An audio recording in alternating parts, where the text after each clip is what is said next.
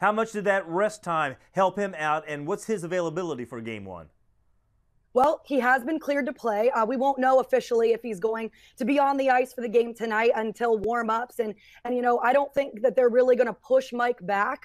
Hopefully, he'll be ready to play. I mean, I've spoken to Mike several times throughout this year. I remember last year when he got hurt in the playoffs. He's that guy that if there's any chance he can play, he's going to play. He's one of the most competitive guys on our team, an amazing leader, both on the ice and off the ice. Mike's that guy that he wants to be out there. He was in a cup final for Ottawa in 2007.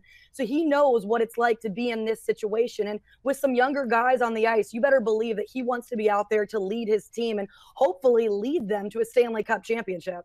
Because he's been able to appear in a Stanley Cup final, what is he telling some of the guys who don't have this experience and sharing with them about his journey?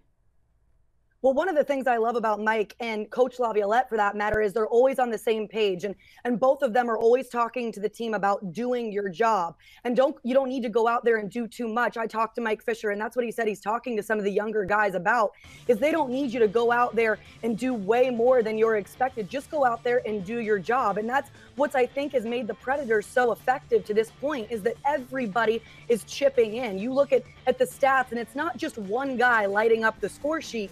It's everybody. It's those guys who maybe you don't expect to score a goal. Also, guys like Vern Fiddler and Cody McLeod, who have been able to step up. So I love that Coach Laviolette and Fisher, that's kind of been their motto. Just go out there, do your job. Has there been much talk about the experience or lack thereof on the Pred side? Not really. It's one of those things where this is a hungry team.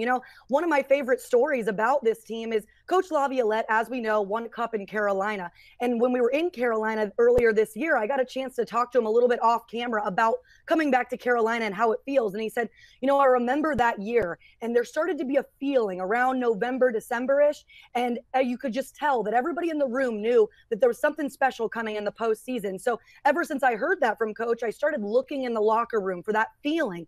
And sure enough, towards the end of season, you could just feel it, that there was some kind of a confidence, so to say, in the locker room, where the whole team, the younger guys, the veterans, everybody could tell that something special was coming. And sure enough, when the playoffs hit and the team went to go face the Blackhawks, they were playing the best hockey of the year. So to me and everybody around it, there was really no shock that the Predators came out so hot in the playoffs. It's really been amazing to watch it all come together. Yeah, and it's kind of fun to watch this Predators team seem so relaxed for really, I guess, a team that, since they've never been there before, you would say has added pressure. But I don't know. I think you could say that all the pressure is on the Penguins because they have that experience and because they're trying to go back to back. But it's been fun to watch how relaxed they are with PK Subban being there at media availability, getting his credentials and going around and talking to a lot of the guys. What's been the reaction with, how he's reacted to all of this and how he's been able to be a leader on this team? Man, ever since we got PK Subban, it's funny, we all joke that because if you were ever going to write a textbook on how to go to a new city and, make them really embrace you, I mean, PK Subban probably would have written the textbook. I mean, his first day in Nashville, he was singing on stage at Tootsie's with a bunch of fans. And it's just been great to see the way that this city has taken him in and how well he has fit into the locker room. He's got this great contagious personality and confidence that has really rubbed off on some of our younger guys. It's been special to watch, but not only that, on the ice, he fits perfectly into Coach Laviolette's system.